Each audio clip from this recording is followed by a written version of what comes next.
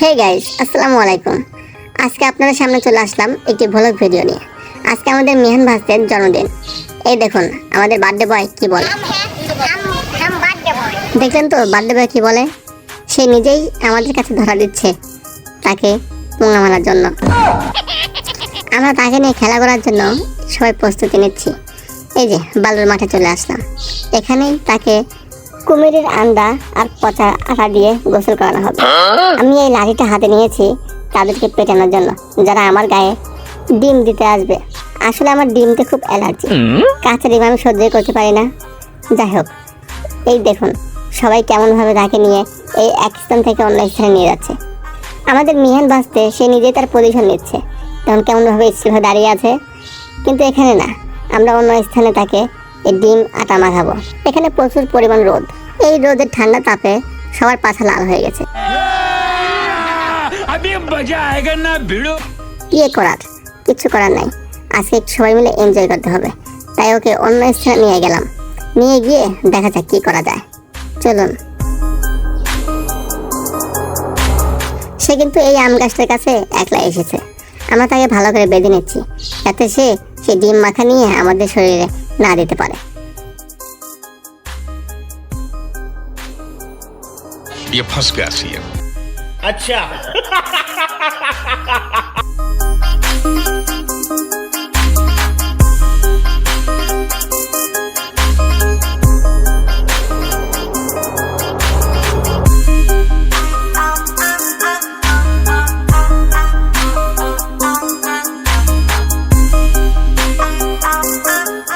সবকিছু ঠিকঠাক ছিল, কিন্তু আমি এটার জন্য প্রস্তুত ছিলাম না।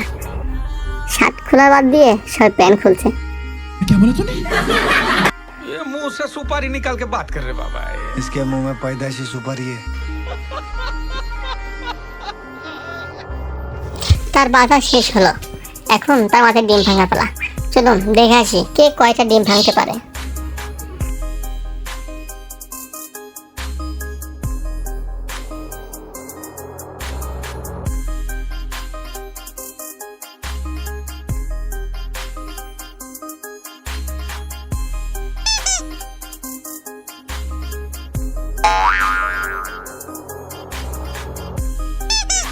হাই হাই, এ কি করলো? তার আন্ডার সাথে ডিম মাখিয়ে দিল। 72 লাখের দাম থাকলো কি? সবাই যে কি ফাইজলামি করা শুরু করলো, কে কোন জায়গায় কি করতেছে আমি দেখে তো অবাক। জায়গা ছাড়া ওর জায়গায় ডিম ঘষতেছে। আটা ময়দা দিয়ে তার পুরো শরীরটা একদম তছনছ ছিন্ন বিচ্ছিন্ন করে দিয়েছে। যাই হোক, চলুন এই মাখামাখি পর্বটা শেষ করি।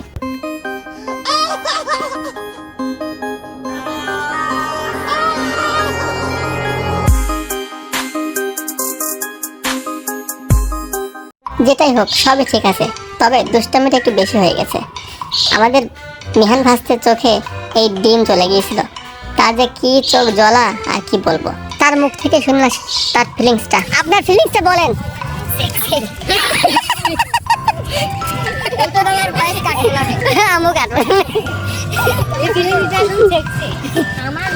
মানে ও সবাই তার নীতি নীতি যাই হোক, অনেক দুষ্টামি হয়েছে। এবার চলুন আমরা গোসল করতে যাব সেই বিখ্যাত ভৈরব কুণ্ডুর পুকুরে। এই পুকুরে গোসল করলে একদম কক্সবাজারের সমুদ্র সৈকতের মতো ফিল পাওয়া যায়। চলুন সেই বিখ্যাত পুকুরের দিকে রওনা হওয়া যাক। কি দেখতে পাচ্ছেন? আমরা সেই বাংলা হেলিকপ্টারে উঠেছি। হেলিকপ্টারটা আকাশ পথে যেতে ভুলে গেছে। উপরে খুব জ্যাম ছিল, তাই সে রাস্তা দিয়ে যাচ্ছে, তবু হেঁটে হেঁটে।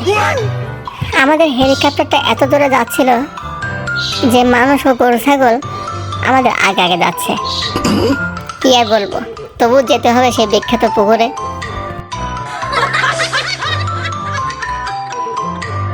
হেলিকপ্টারের হাওয়া শেষ, তাই ছোট ভাই হেলিকপ্টারটি ধাক্কা দিচ্ছে। কি করার, কিচ্ছু করার নেই।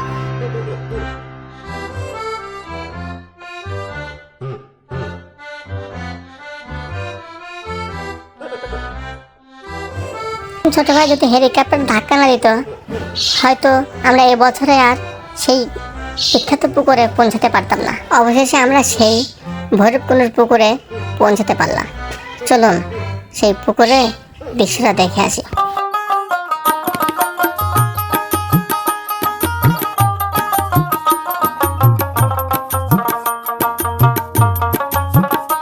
আমার হাতে সব ফোনগুলো দেখে খুব লোভ হচ্ছিল, কিন্তু কোনো লাভ নেই, আমরাই তো। এখানে কি হলো আমি কিছুই বুঝতে পারলাম না, শুধু ফিল নিলাম। আপনারাও আমার মতো ফিল নেন। আমি কিন্তু গোসল করব না, কারণ আমার ঠান্ডা লাগছে। কি করার, সবাই গোসল করছে, আমার কিন্তু খুব গোসল করতে মন যাচ্ছে।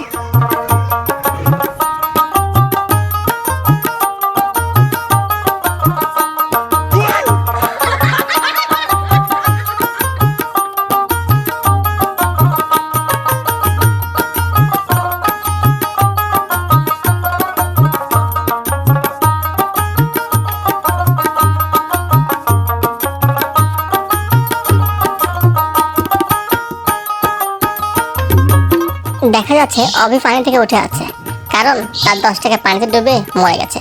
এখন তাকে রোদে দিয়ে তাজা করতে হবে।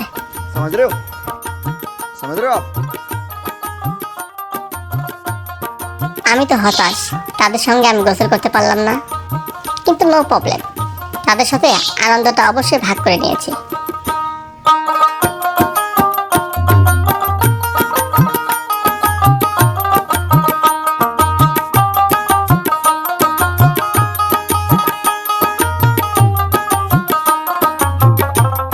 এখানে দেখা যাচ্ছে একটি ষান্ডা ওখানে চিপে শুয়ে আছে, সেই ষান্ডাটি আরেকটা ষান্ডার রোদ খাওয়াচ্ছে। কি আনন্দ, তাই না?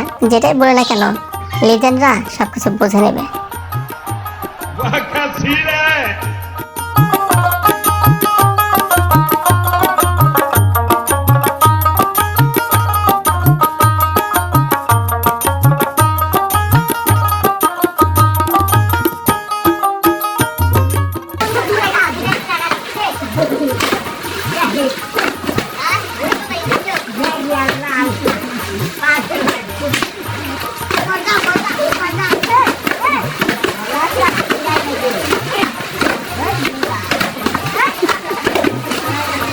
সরি দর্শক, আমাদের আপুর সাথে আপনাদের তো পরিচয় করানো হয়নি। এই যে আমাদের আপুর সাথে সবাই দুষ্টামি করছে। বন্ধুত্বের মধ্যে একটু দুষ্টামি ফাজলামি হয়ে থাকে, তাই আপু কিছু মনে করে না, সবার সাথেই সহবাস করে, না সরি বসবাস করে। সত্য কথাগুলো শুধু মুখ দিয়ে বেরিয়ে যায়। দেখুন, বলতে না বলতেই আপুকে নিয়ে সবাই জঙ্গলের দিকে রওনা দিল।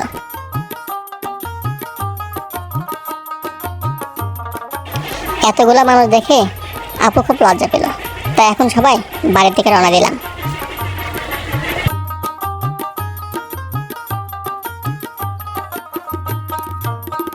এরকম ব্লগ ভিডিও ভালো লাগলে অবশ্যই ভিডিওটা লাইক করবেন, শেয়ার করবেন, আর কমেন্টে জানাবেন কেমন হয়েছে। হ্যাঁ দর্শক, আজকের ব্লগটা এই পর্যন্তই। সবাই ভালো থাকবেন, আল্লাহ হাফেজ।